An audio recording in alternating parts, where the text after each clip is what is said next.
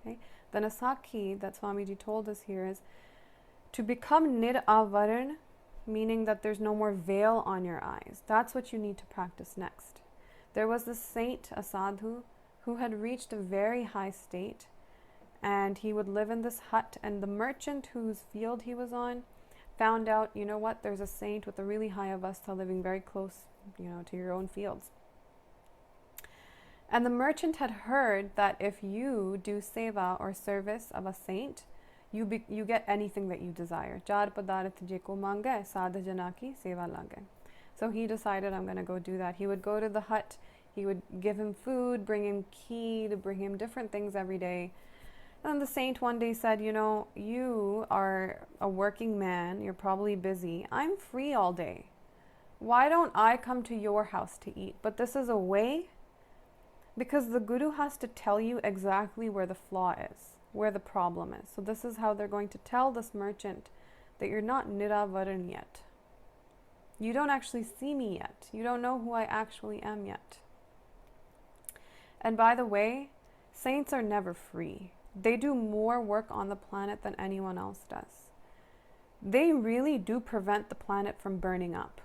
They raise single-handedly, there are just a select few enlightened beings on the planet that single-handedly raise the consciousness of the planet as to not let it burn.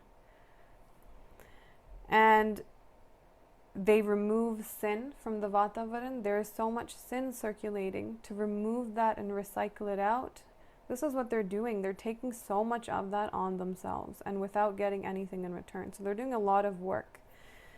So the saint says, you know what, I'll come to your house at 12 noon, you feed me lunch. And the merchant says, great, I'll do that. Next day the merchant stands 12 noon waiting for the saint to arrive. And what he sees is this donkey comes and sits on his steps. And he thinks, oh my God, I just cleaned this. Like, move this donkey out of the way. He takes a stick and he starts to hit the donkey away, and the donkey runs away. But the saint never comes. The next day he asks, Saint, why didn't you come? I was waiting for you at 12. And the saint says, I did. And you showed me a stick and ran me off your porch. I was there to eat. And he said, oh, I made such a massive mistake. That was you? Okay, I'm gonna try again tomorrow. So the next day what happens is a dog comes that has an infection. So it keeps itching itself. There's fleas in the area. And he thinks, oh my God, you've spread your pus everywhere. You've brought in fleas. I just cleaned this. Move out of the way. Move. I'm waiting for that donkey to come now. Or my guru. One of those two is going to come. And he hits him away, but guru never comes. And says, Guruji, you didn't come? He says, I did, and you hit me even worse than yesterday. And this happens a few more times, and then he says, listen, I'm going to come every day at lunchtime. But if you don't have the ability to recognize me, if there's a veil on your eyes, then every time I come, you're going to say, I didn't come, you waited for me, because you don't recognize who I am. You come to me because you say, Char padarat je ko mange, sadha jana ki seva lage. Logan ram khilona jana, use me like a toy, do a little seva so you can go get your desires fulfilled. But you don't see me and who I am and what I can actually do for you. And to do that, first you need to start seeing that everything is a form of God. This veil prevents us from seeing God in all, but also prevents us from seeing God in our Guru. The first place that we need to see God is in our Guru. We have this idea that if today Buddha was here, I would leave everything for him. If Guru Nanak Dev Ji was here, my God, I wouldn't think twice. If Guru Gobind Singh Ji wanted my head, I would get up right away. But the odds are you probably wouldn't. And the odd is that you didn't, because you also passed through that time period. You didn't. You weren't there. You didn't give your head. You've been also reincarnating since then too. But anytime an enlightened being comes to your life or comes on the planet, it is always going to be Buddha. It's always going to be Guru Nanak Dev Ji. It's always going to be Guru Gobind Singh Ji.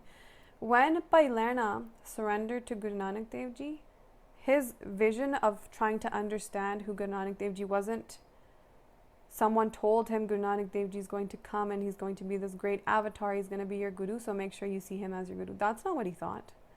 Or he didn't have a past image that was going to give him validation that this is my guru. No, he just saw that, oh my God, this is Sakshat Narayan, what they're saying, who they are, how it's hitting me, what I actually want to know, the questions that Nachiketa asked, what is life, what is death, they're answering it, this is everything for me.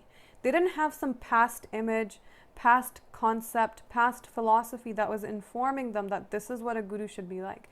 Today, we have too many past concepts. If it's a saint, it should be like Sant Gurbachan Singh Ji or something. If it's going to be a guru, it should be like Guru Nanak Dev Ji. If it's going to be someone who's teaching me about consciousness, it should be Buddha. If it's anything less than Krishna, then I'm not going to take it. When someone's already gone, your ego doesn't have to surrender to them. You don't have to do a single thing. You can pretend to. Sure, you can pretend to do as many namaskaras as you want, read their bani.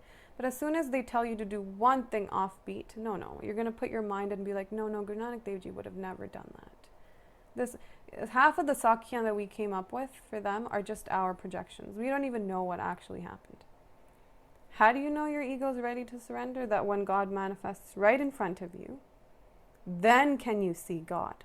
Same intensity as Lena saw in Guru Nanak Dev Ji, as Arjun saw in Krishna, as Buddha's disciples saw in him. Same intensity is required. And you have to see them as it is now, without comparisons to the past. Right now, what are they doing for you? Right now, how is this interaction happening? Right now, you need the vision to see that this is God. So the one thing that we should be asking in our ardas is that I am sure, God, that you will be in front of me now too. But in the past, I haven't had the vision to understand that it was you. I want the vision to be able to see you. Dear God, I want the vision to be able to see that you have manifested in a body, with a face, with a way to talk to me, and I want to be able to recognize you. Don't let me not have that vision this time. So ask for that vision. मैं ही अपना निकाब हूँ वरना प्रभु तेरे ऊपर क्या निकाब. There is no veil on top of God. God is veilless. If there's any veil, it's the one on top of our own eyes. Okay? So our eyes need to be cleared off.